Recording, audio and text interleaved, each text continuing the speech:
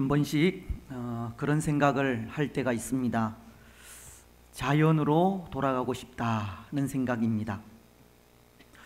물론 그 자연은 태고의 세계처럼 원시림이 우거지고 동물들이 자유로이 뛰어노는 그야말로 평화로운 곳을 말합니다. 아무 염려도 걱정도 없으며 하루하루 주어진 생활만 충실히 하면 행복한 그런 곳을 말하기도 합니다. 혼자 살아가도 결코 외롭지 않는 곳이 그곳 자연이고, 홀로 캄캄한 밤을 지샌다 해도 늘 누군가와 함께 있는 것과도 같아서 두렵지 않은 곳이 자연이기도 합니다. 또한 그곳은 간혹 만나는 사람들이 있어도 시기와 질투가 없는 곳을 말하기도 하고, 아무 말 없이 서로를 바라보는 것만으로도 마음이 통하고 평안한 그런 곳을 말하기도 합니다. 더군다나 그곳 자연은 죄가 없는 곳이기도 한데요, 마치 범죄하기 전 에덴 동산처럼 하나님과 함께 그 자연을 거닐어도 두렵거나 아무런 부담이 되지 않는 곳이기도 합니다. 외롭지도 두렵지도 않는 곳, 평화롭고 아늑하며 자유로운 곳, 범죄하기 전 에덴 동산과도 같은 곳이 자연이고, 그런 자연으로 돌아가고 싶다는 생각을 할 때가 있다는 겁니다. 여러분, 오늘 여러분들은 그렇지 않습니까? 어떻게 생각하면 오늘 이 시대에 아무 소망이 없고 날로 삭막해져 가는 세상이 우리로 하여금 그런 생각을 하게끔 하는 것도 같은데요, 정말 그런 것 같습니다. 세상을 살아오면서 요즘처럼 소망을 느끼지 못하는 때는 없었던 것 같습니다. 나라는 대립과 분열 속에 이 갈등만 깊어지고 있고, 사회는 이런 갈등으로 인해 메꾸어지지 않는 골이 생기고 있으며, 세대 간에는 생각의 차이로 그 관계가 점점 멀어지기도 합니다. 젊은이들은 꿈을 가지고 나아갈 미래가 보이지 않고, 그렇다고 공교육도 제대로 이루어지지 않는 것 같습니다. 학교는 참된 인간을 양육하는 장소가 아니라 마치 입시를 위한 전문 기관으로 전락해버린 것 같기도 하기 때문입니다. 때로 하나님은 우리 사람들에게 은사와 달란트를 주시기도 하셨지만 그것이 물질 만능주의에 빠져 물질을 위한 도구로 사용되기도 합니다. 하나님 부르신 교회 역시도 사명을 잃어가고 있고, 하나님을 멀리하고 떠나는 사람들도 부지기수입니다. 그래도 교회만이라도 그 사명을 제대로 감당하면 소망이라도 있을 텐데요, 그것도 그렇지 않은 것 같습니다. 너무 부정적인지는 몰라도 오늘 이 시대는 그 어느 곳 하나에도 소망을 발견할 수 없고 찾아볼 수 없는 세상이 아닌가 한다는 겁니다. 그래서 그렇게 소망을 찾아볼 수 없는 세상이 오늘 우리로 하여금 자연으로 돌아가고 싶은 꿈을 꾸게 만드는 것이 아닌가 생각하기도 하는 겁니다. 그 어디에도 그 누구에게도 소망을 찾아볼 수 없음이 오늘 우리로 하여금 세상을 더욱 등지게 만들고 있다는 겁니다. 그런데 여러분, 궁극적으로 이 모든 것이 다 이 죄의 결과가 아닌가 합니다. 사람들이 날로 부패해 가는 것이 죄의 결과라는 겁니다. 세상이 더욱 소망 없어지는 것도 죄의 결과입니다. 소망 없는 세상을 바라보면서 자연을 꿈꾸게 하는 것도 결국은 죄의 결과라는 겁니다. 그래도 하나님은 죄로 인해 소망이 사라진 세상 속에 그의 백성들인 성도들을 파견하시고는 소망의 나라로 만들어 가기를 원하시지만 그 뜻을 외면하기까지 세상에 소망을 두지 못하고 이 자연만을 꿈꾸며 나아가는 모습이 다 죄로 인한 것임을 고백하지 않을 수 없는 겁니다. 그렇습니다. 사실 오늘 우리에게 이 죄가 문제입니다. 죄가 문제라는 것은 만약 인류의 시조인 아담이 죄를 짓지 않았다면 오늘 우리 인생의 부패함도 소망 없음도 없을 것이라는 겁니다. 죄가 없다면 우리 인생은 하나님께서 만드신 아름다운 에덴 동산에서 지금도 하나님과 함께 그 동산을 거닐며 평화롭게 자연을 즐기면서 행복한 삶을 살고 있을 것입니다. 하지만 죄로 인해 그 모든 것이 변해 버렸습니다.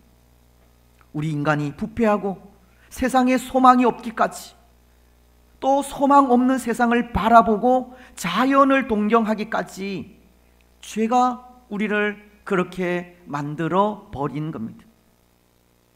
얼마나 안타까운 일입니까? 죄가 없었더라면 그렇게 자연을 동경하지 않아도 되고 잃어버린 에덴 동산을 사모하지 않아도 되며 우리 사는 삶이 곧 하늘 나라의 삶이었을 것이지만 죄가 우리 인생을 이렇게 만들어 버린 것이 참 안타까운 일이 아닐 수 없습니다. 그런데 여러분, 더 안타까운 일은 그 죄가 여전히 우리 속에 남아 있다는 겁니다. 물론 예수님을 영접하고 죄를 회개하여 구원함을 받은 우리에게는 이미 모든 죄가 사하여졌습니다. 요한 1서가 1장 9절을 통해 이렇게 말씀하기 때문입니다. 만일 우리가 우리 죄를 자백하면 그는 미쁘시고 의로우사 우리 죄를 사하시며 우리를 모든 불의에서 깨끗하게 하실 것이요. 예수님을 영접하고 죄를 회개하기만 하면 우리의 모든 죄는 깨끗하게 사하여집니다. 하지만 그럼에도 우리 속에는 여전히 남아있는 죄의 본성이 있고 그것이 또다시 죄의 길로 인도하는 일이 안타까움이라는 겁니다. 여전히 남아있는 죄의 본성이 또다시 죄를 낳게 하는 일이 안타까움입니다. 그런데 오늘 이렇게 우리에게 여전히 남아있는 죄의 본성, 이것을 혹 뭐라고 하는지 아십니까? 여전히 우리 가운데 남아있는 죄의 본성을 우리는 원죄라고 합니다. 사실 원죄라는 것은 아담과 하와가 선악과를 먹지 말라고 하신 하나님의 명령에 불순종하여 지은 죄를 말하는 것인데요, 그 죄가 오늘 우리에게도 연결이 되는 겁니다. 여러분, 오늘 여러분들이 선악과를 따 먹었습니까? 저는 선악과를 따먹지 않았습니다. 그 열매를 보지도 못하였습니다. 성경은 창세기서 3장 6절 상관절을 통해 여자가 그 나무를 본즉 먹음직도 하고 보암직도 하고 지혜롭게 할 만큼 탐스럽기도 한 나무인지라 라고, 그 열매가 먹음직도 하고 보암직도 하며 지혜롭게 할 만한 탐스러운 열매라고 하지만 저는 그것이 어떻게 생겼는지, 그 맛이 어떠한지, 달콤한지 시원한지 향기로운지 알지를 못합니다. 하지만 하나님은 그런 열매를 알지도 못하는 우리에게 그 열매를 따 먹었다고 하시는 겁니다. 원죄라는 것은 하나님께서 금하신 그 열매를 오늘 우리가 실제로 따 먹지는 않았지만 아담과도 같이 따 먹었다고 간주하는 것을 말한다는 겁니다. 그 죄를 우리에게로 돌리시는 것이 원죄입니다. 좀 억울하지 않습니까? 그래도 맛이라도 보았으면 좀 덜 억울할 텐데요. 우리 눈으로 보기만 하였어도 억울하지는 않을 텐데 보지도 못하고 만지지도 못하며 맛보지도 못한 열매를 먹었다고 그 죄를 우리에게 이 덤탱이 씌우니 얼마나 억울합니까? 근데 여러분, 짓지도 않은 죄를 그렇게 덤탱이 씌우는 이유가 있다고 하지 않았습니까? 기억을 하실지 모르겠지만 우리가 지난 주일 생각한 죄의 전가라는 것을 통해서입니다.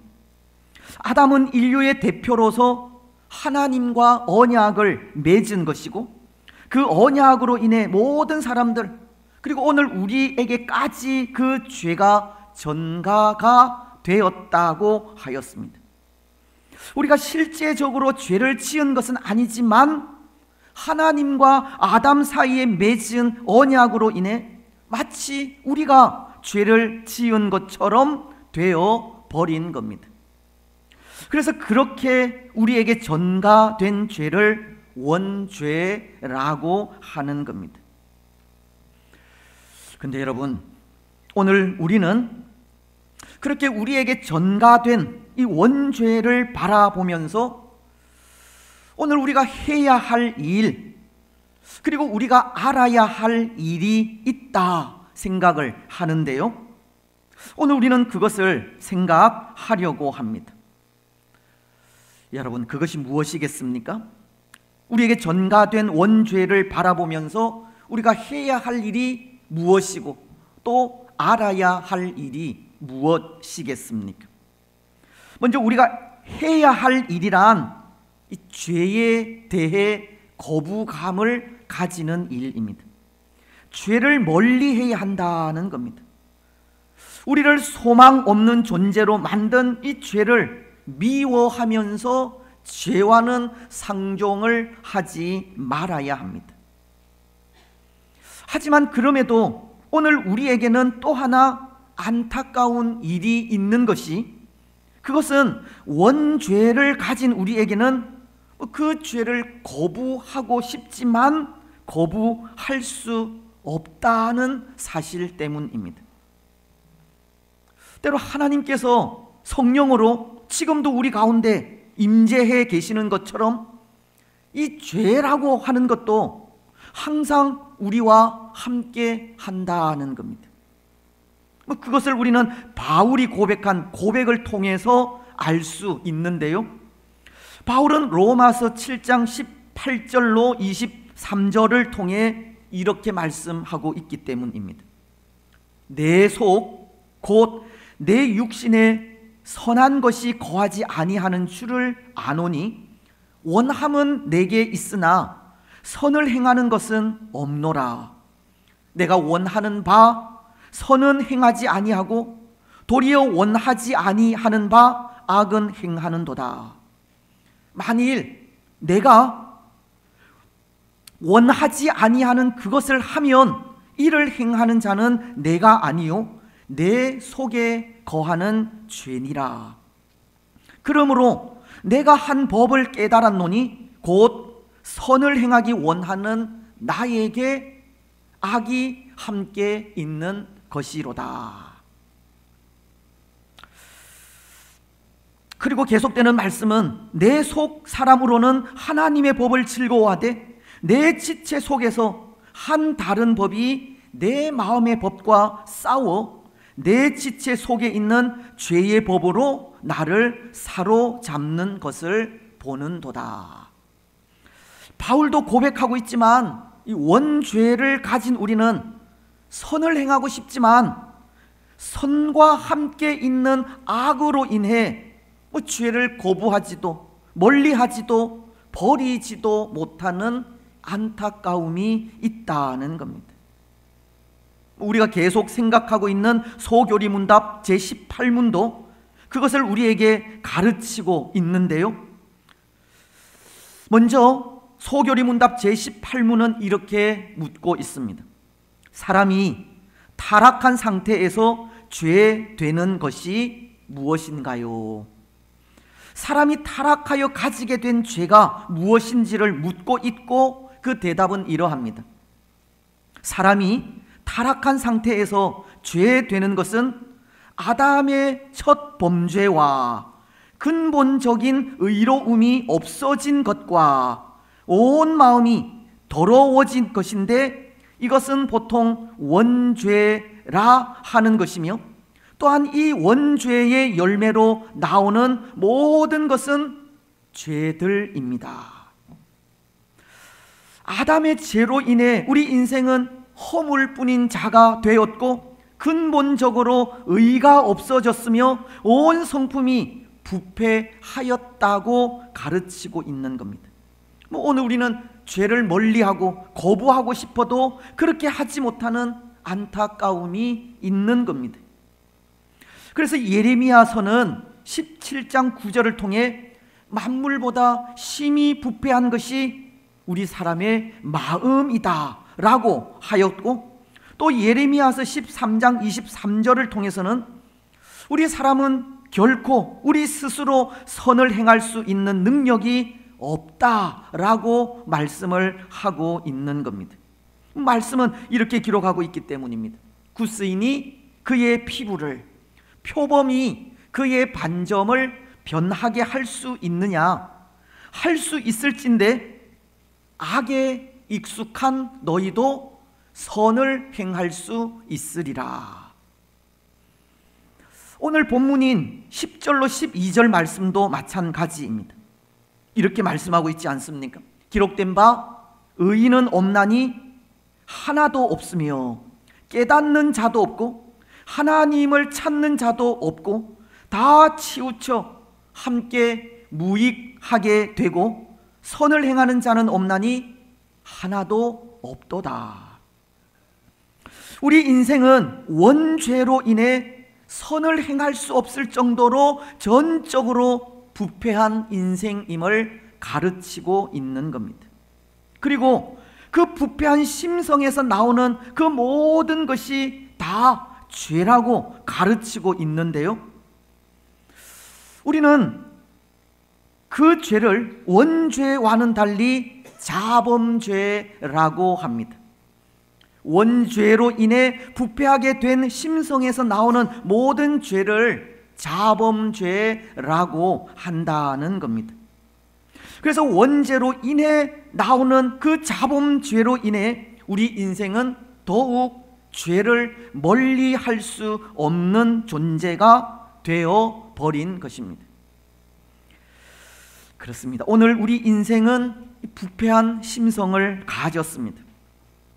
원죄로부터 부패한 심성이 생기게 되었고 그 부패한 심성에서 나오는 죄가 거미줄처럼 얽히고 설켜 있습니다. 때로 그 죄를 피해 보려고 발버둥치기도 하지만 또 다른 죄가 우리를 올가매는 것을 고백하지 않을 수 없습니다. 선을 행하려고 하여도 도무지 선을 행할 수 없고, 죄를 거부하고 싶어도 어느새 죄와 친해져 있는 우리를 발견하기도 합니다. 죄와 친해지면 죽음인 줄 알지만 죄를 이기지 못하고 날마다 그 죄에 끌려 다니기도 합니다. 바울이 그것으로 인해 오호라 나는 곤고한 사람이로다, 이 사망의 몸에서 누가 나를 건져내랴 라고 부르짖었듯 오늘 우리도 그 죄로 인해 그렇게 부르짖지 않을 수 없는 겁니다. 여러분, 그래서 오늘 우리는 이 죄를 멀리 해야 하는 겁니다. 죄에 대한 거부감을 가져야 합니다. 어쩔 수 없이 그 죄 가운데 빠진다 해도 또다시 회개하며 하나님 앞에 서야 합니다. 로마서 8장 1절이 그러므로 이제 그리스도 예수 안에 있는 자에게는 결코 정죄함이 없나니, 그렇게 말씀하신 말씀을 기억하면서 다시는 죄로 인해 정죄함을 당하지 않도록 해야 합니다. 그것이 오늘 우리가 해야 할 일입니다. 사랑하는 여러분, 죄를 멀리 하시기 바랍니다. 죄와 싸워 가십시오. 때로 죄의 유혹에 빠져 어쩔 수 없는 경우를 당한다 해도 그 모습 그대로를 들고 다시금 하나님 앞에 서시기 바랍니다. 그리고 회개하면서 하나님의 그 사유하시는 은혜를 구하시기 바랍니다. 그것이 오늘 우리가 해야 할 일이기 때문입니다. 또 하나, 오늘 우리는 원죄를 바라보면서 우리가 알아야 하는 일도 있는데요, 그것은 모든 죄의 문제는 다 예수님께서 해결해 주신다는 사실입니다. 비록 죄의 본성이 우리에게 남아 있어서 죄로 인해 고통당하고 죄에 빠져 낙심도 하지만 그 모든 죄의 문제를 하나님 앞에 내어놓고 회개하면 예수님은 그 죄를 기억도 하지 않고 깨끗이 씻어 주신다는 사실입니다. 시편 130편은 4절을 통해 이렇게 말씀하십니다.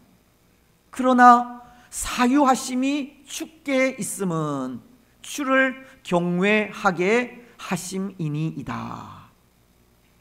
말씀은 사유하심이 주께 있다고, 우리의 죄를 사하시는 분이 오직 예수님이심을 가르치고 있는 겁니다.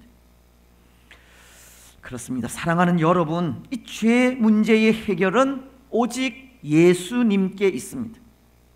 한 사람 아담으로 인해 죄가 주어졌다면 또 한 사람 예수 그리스도로 인해 우리의 모든 죄는 깨끗하게 사하여진 겁니다.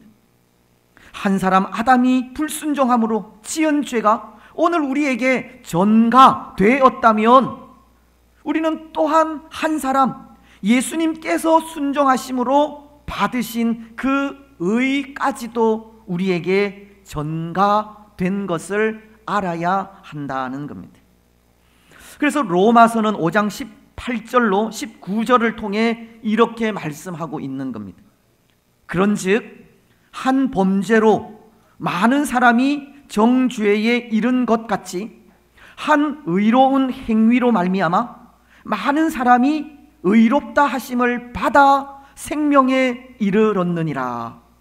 한 사람이 순종하지 아니함으로 많은 사람이 죄인이 된 것 같이 한 사람이 순종하심으로 많은 사람이 의인이 되리라. 한 사람 예수님의 의로운 행위로 의롭게 되었다고, 죄의 문제가 깨끗하게 해결된 것을 말씀하고 있는 겁니다. 또한 바울도 로마서 7장을 통해 죄의 문제를 해결하신 분이 예수님이심을 고백하고 있는데요,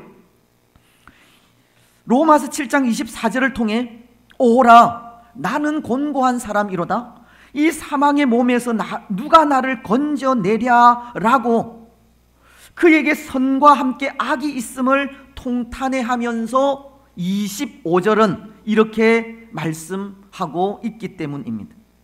우리 주 예수 그리스도로 말미암아 하나님께 감사하리로다. 그런즉 내 자신이 마음으로는 하나님의 법을, 육신으로는 죄의 법을 섬기노라. 바울은 우리 주 예수 그리스도로 말미암아 하나님께 감사하리로다 라고 사망의 몸에서 건져내실 분은 예수 그리스도이심을 고백하면서 예수님을 통해 이루신 그 하나님께, 예수님을 통해서 그 일을 이루신 하나님께 감사하고 있는 겁니다. 여러분, 오늘 우리도 마찬가지입니다. 오늘 우리도 죄에 사로잡혀 있고 악이 우리 속에 있어서 우리로 선을 행하지 못하게 하지만 그것을 이기게 하시는 분은 예수 그리스도이십니다. 우리의 죽을 몸, 이 사망의 몸에서 우리를 건져내어 주실 분도 예수 그리스도이십니다.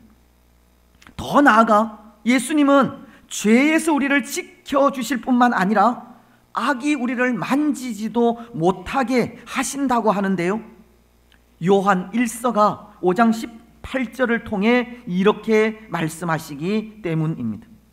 하나님께로부터 난 자는 다 범죄하지 아니하는 줄을 우리가 아노라. 하나님께로부터 나신 자가 그를 지키심에 악한 자가 그를 만지지도 못하느니라. 오늘 죄로 인해 타락한 인생은 죄에 익숙해져 있지만 주께서 우리를 지키실 때 그 죄가 결코 우리 인생을 어떻게 하지 못함을 말씀하고 있는 겁니다. 사랑하는 여러분, 오늘 우리는 이 사실을 반드시 아시기 바랍니다. 죄의 문제는 오직 예수님만이 해결할 수 있다는 것을 아시기 바랍니다. 우리를 죄에서 건지실 분은 예수님 한 분밖에 없음을 고백하시기 바랍니다. 그리고 겸손하게 우리 죄를 예수님 앞에 내어놓고 회개하며 하나님의 은혜를 간구하시기 바랍니다. 예수님의 공의에 우리 자신을 맡기시기 바랍니다. 그래서 다시는 죄로 인한 사망이 우리 가운데 역사하지 않도록 하시기를 바랍니다. 이제 말씀을 맺겠습니다. 사랑하는 여러분, 오늘 우리 인생에게는 지워지지 않는 죄가 있습니다. 그것은 원죄라는 것으로, 그것으로 인해 세상은 날마다 부패하고 파괴되어 가고 있고, 그렇게 파괴되어 가는 세상이 자연을 동경하기까지 소망 없는 삶을 살아가게 합니다. 하지만 예수님은 원죄뿐만 아니라 원죄로 인해 부패하게 된 심성에서 나오는 자범죄까지도 십자가 위에서 흘리신 피로 사유하여 주셨고, 우리가 우리 죄를 자백하며 나아갈 때마다 깨끗하게 씻어 주십니다. 모든 죄의 문제는 오직 예수님만이 해결하신다는 겁니다. 오늘 우리는 그것을 알고 우리 모든 죄를 예수님의 십자가 앞에 내려놓고 회개하며 나아가야 합니다.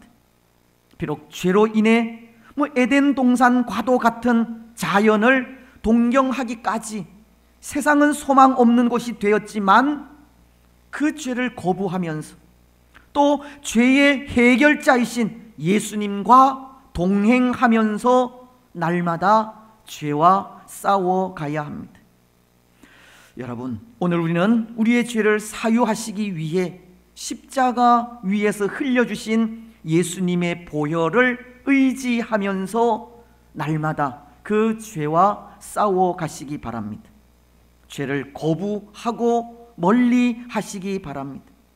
그래서 그 삶을 통해 오늘 소망을 잃어가는 이 세상을 다시금 소망의 나라로 만들어 가는 복된 성도들이 되시기를 주님의 이름으로 축복합니다. 아멘.